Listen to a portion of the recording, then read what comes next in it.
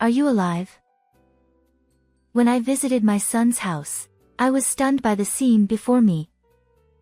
I exclaimed as I stood in my son's house, confronted by a shocking scene.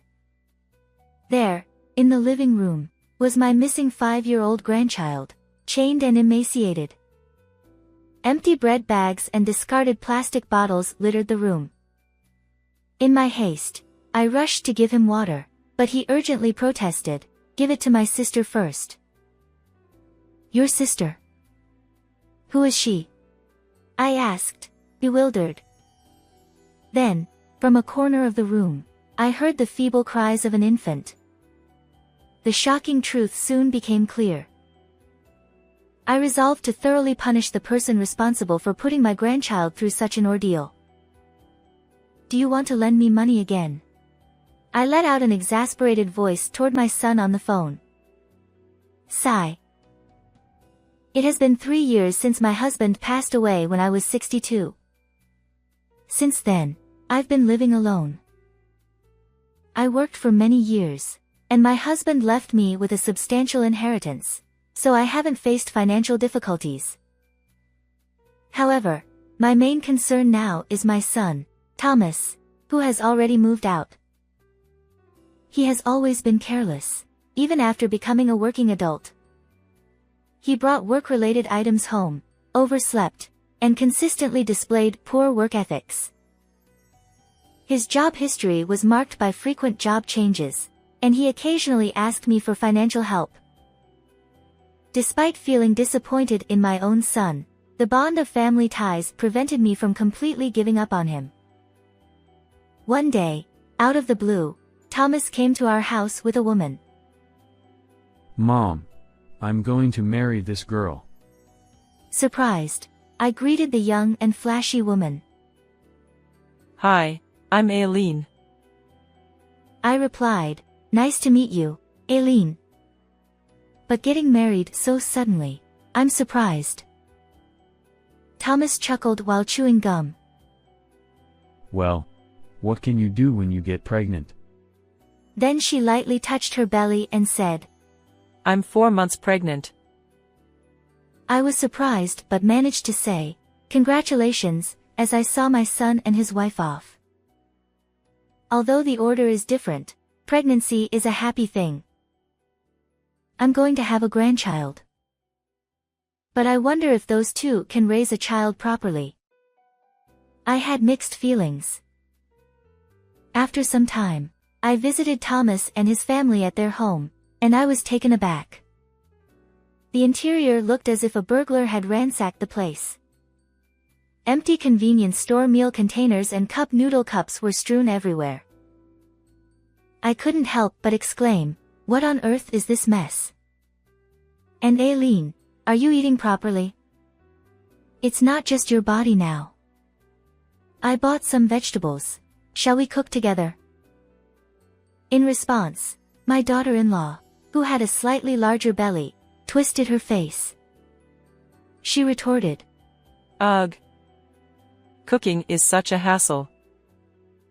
As I began to say, "But you need proper nutrition," Thomas interjected sharply. "An annoying mother-in-law who nags all the time won't be liked, you know. Stop picking on my wife." "I have no intention of doing that." Aileen pushed the vegetables I brought toward me. She added, "I really don't need this kind of thing. And please refrain from unnecessary comments. You're seriously annoying." With their fierce reproach, I had no choice but to leave quietly that day.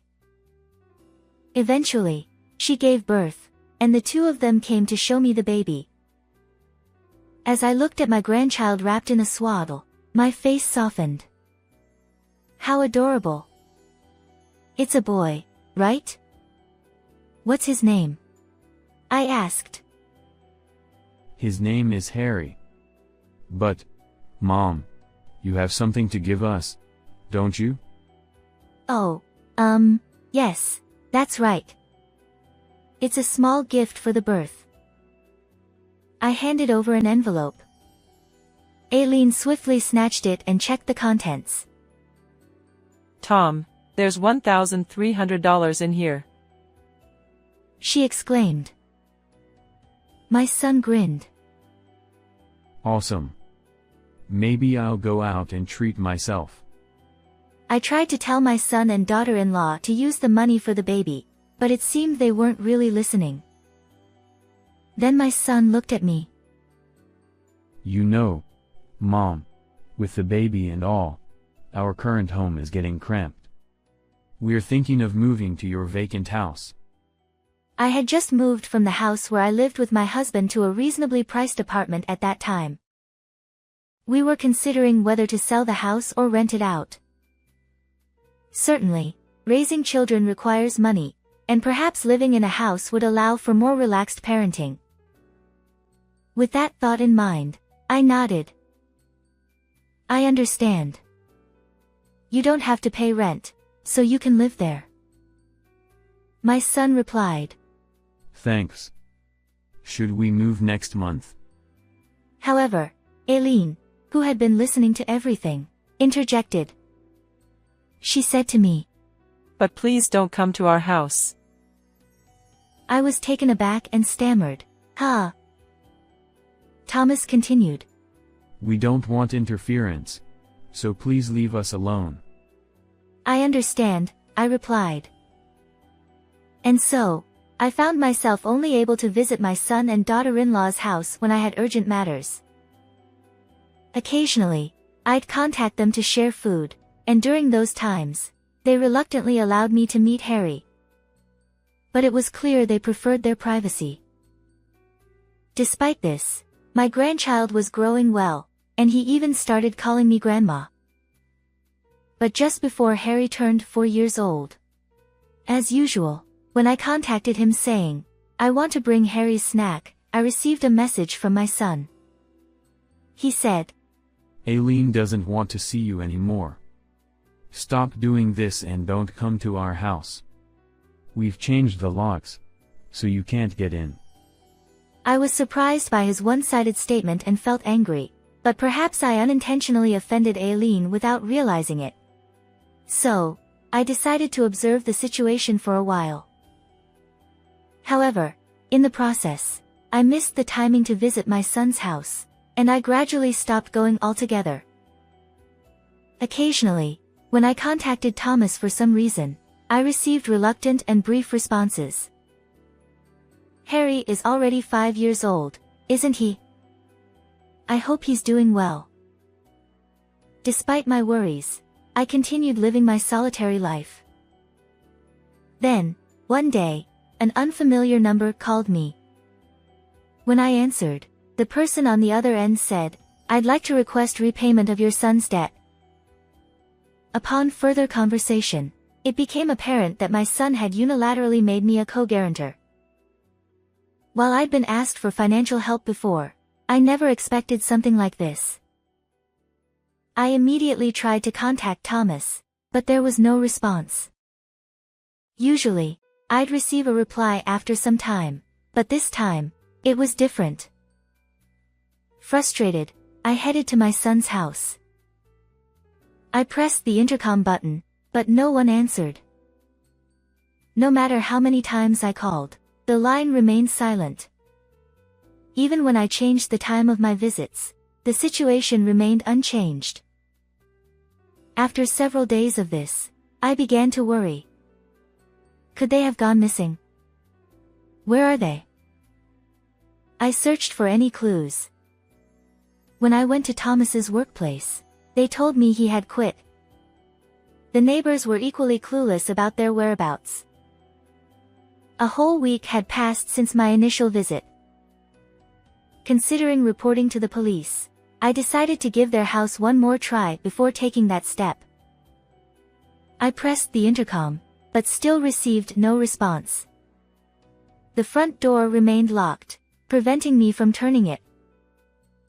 With a sigh, I was about to leave when suddenly, from inside the house, I heard a faint thud, as if something had shifted. I called out desperately, "Is anyone inside? Show your face, please." But there was no response.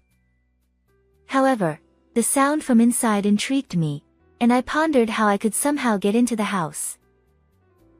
That's when I noticed something I hadn't seen during my previous visit. The lock on the garden side casement window was open. With trepidation, I entered and was met with a scene that made me scream in horror. In that situation, 5-year-old grandson Harry was crouched and chained. "Are you alive?" I exclaimed, rushing to his side. The room reeked of decay, and around Harry lay empty bread bags and scattered plastic bottles. He whispered, "Grandma? Did you come to rescue me?" "What on earth is happening here? And first, let's get you some water." I hurriedly fetched water, attempting to pass it to Harry, still bound by the chain. But then he cried out, "Give it to my sister first." "Your sister? Who's your sister?" In the next moment, I heard a feeble cry from the corner of the room, and as I turned my gaze in that direction, I accidentally dropped the cup I was holding. To my astonishment, there lay an about 3-month-old baby. The shock of discovering this infant's existence overwhelmed me more than the distressing sight of my grandson, Harry. Both Harry and the baby appeared weakened. Desperate to help, I unfastened Harry's chain, placed him and the baby in the car, and rushed to the hospital. The examination results indicate that both individuals are suffering from malnutrition. When the doctor asked, "May I inquire about the circumstances?" I was unable to respond because I hadn't been involved with my son and daughter-in-law for some time. Harry and the baby are scheduled to be hospitalized for a few days, and subsequently, the police arrived after receiving a report from the hospital. When questioned by the police, I honestly conveyed that my son and daughter-in-law were missing. Harry, who was receiving intravenous fluids, was also asked various questions, but he appeared too frightened to say anything. After the police left, I approached my visibly calmer grandchild and asked, "Where are Mom and Dad?" "They said they were going abroad. They packed their big bags and left." "What?" Harry began to speak in fragments about the situation. "Mimi, my granddaughter, was born about 4 months ago. Harry was taught how to prepare milk and change diapers, and he took care of her. Then, an unsettling revelation followed. Harry was told, 'We'll keep you tethered to the care of your sister, so you won't escape,' before leaving on a trip. Even if the doorbell rings, I was told not to answer." As I stood there, frozen and covering my mouth, my grandchild burst into tears. Mimi had learned to roll over, and during one of Harry's naps, she managed to venture out of his reach. My trembling grandchild confessed, "I didn't know what to do, and I was so scared." I held him tightly as tears streamed down his face. Once I confirmed that Harry was asleep, I returned to the house where my son's family lived, intending to retrieve their belongings. At that moment, I still harbored a desire to believe in Thomas and his wife. Did they really go abroad, leaving the children behind? It couldn't be true. Surely, Harry had misunderstood something. As I packed the grandchildren's change of clothes into a bag and prepared to leave, my eyes were drawn to a travel brochure placed on the table. The cover bore the words, "Elegant 2-week overseas cruise," and, trembling, I picked it up. From within its pages slipped a single sheet of paper, meticulously detailing the travel plans for just the two of us. The "Congratulations on surviving childbirth trip." Incredibly, there were words saying, "The funding source borrowed money with an old hag as a co-guarantor." The moment I realized they had gone on a trip, I was furious. To subject my grandchildren to such hardship and casually go on a vacation, it's inhuman. Whether it's my son or not, I will never forgive them. And so, I resolved to punish them thoroughly. Examined their travel plans. It became clear that their return was scheduled for 3 days later. Without hesitation, I left home and took care of something. 3 days later, as I observed from the shadows near their house, Thomas and Aileen returned, looking jubilant as they pulled large suitcases. Man, that was seriously fun. The food was delicious too. Absolutely. It was amazing. Tom, thank you for taking me. Ugh. I don't want to go back yet. Let's go again soon. As they chatted, turning the corner at the street where our house stood, they froze in shock. Hey, what's going on here? What happened? In front of the house, all their belongings had been moved out and stacked up.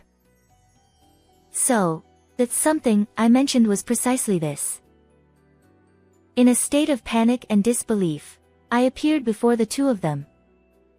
Did you enjoy your trip? I asked, and Thomas looked startled when he saw me. What the heck is going on, old hag? I'm asking if the overseas trip that subjected your own children to such experiences was enjoyable. In response to my angry voice, my son and daughter-in-law momentarily flinched, but then immediately counterattacked one. Didn't we tell you not to come near our house? Did you just barge in? I sighed.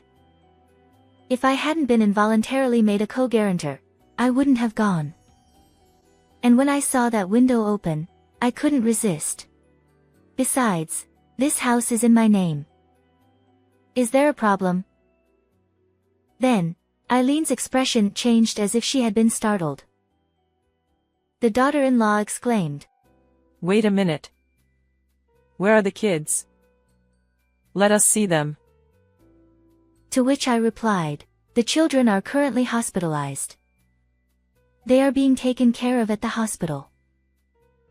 Unexpectedly, their faces registered surprise upon hearing my answer. You left water and food for them, but the quantity was insufficient. By the time I found them, they had already run out. Given their poor nutritional state, hospitalization was inevitable, I continued.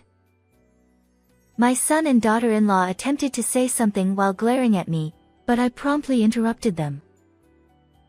Furthermore, Mimi has learned to roll over and has managed to move out of Harry's reach while chained. If I hadn't found her in time, she might not have survived. As I spoke sternly, Eileen's expression clearly showed her embarrassment. However, Thomas lashed out at me. In the end, they're alive, so it's fine. But right now, it's about the house. Why are the belongings outside? Then, I declared, I have no intention of letting you, who have committed such despicable acts, live here. I've decided to put this house up for sale, so please leave. Upon hearing this, my son and daughter-in-law were shocked and began berating me.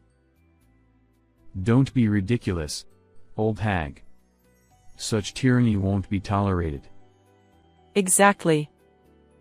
Enough already. Return the house and the kids. At that moment, I looked directly at my son and said, Thomas, it seems I've made mistakes in raising you. You can't hold down a job, you've burdened your parent as lone guarantor, and now this. It's truly pathetic.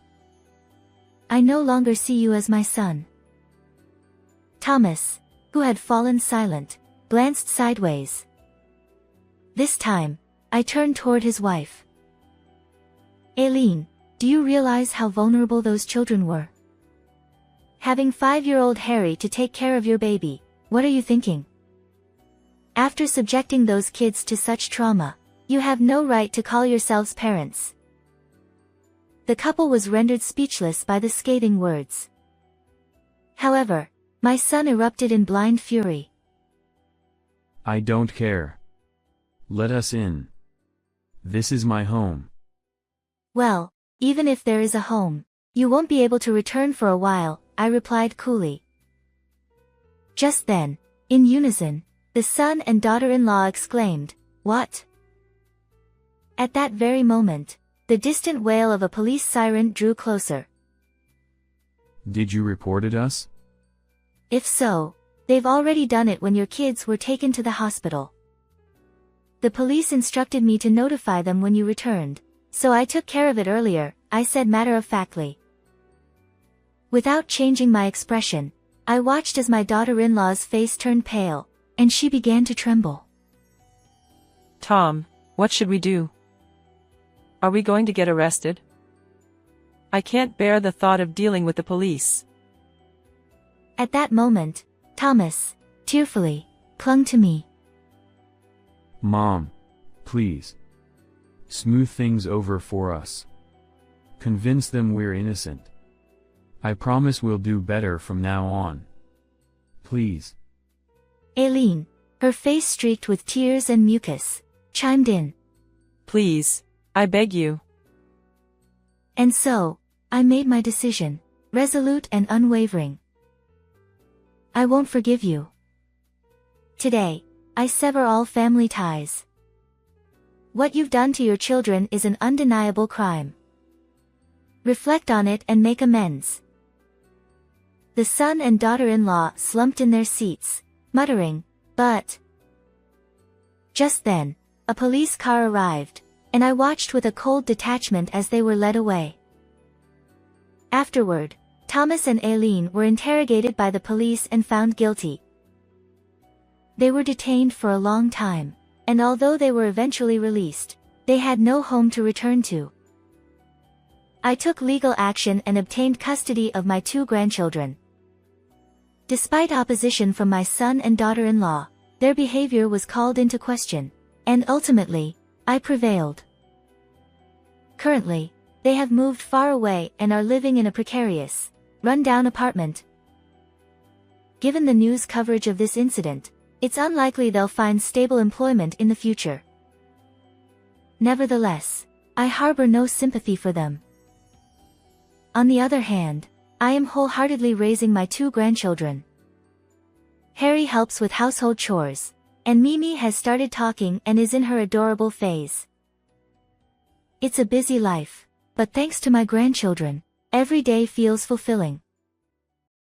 I'll continue to take care of my health and do my best for these precious grandchildren. How did you find this story? If you enjoyed it, consider subscribing to our channel. Until next time in our next video.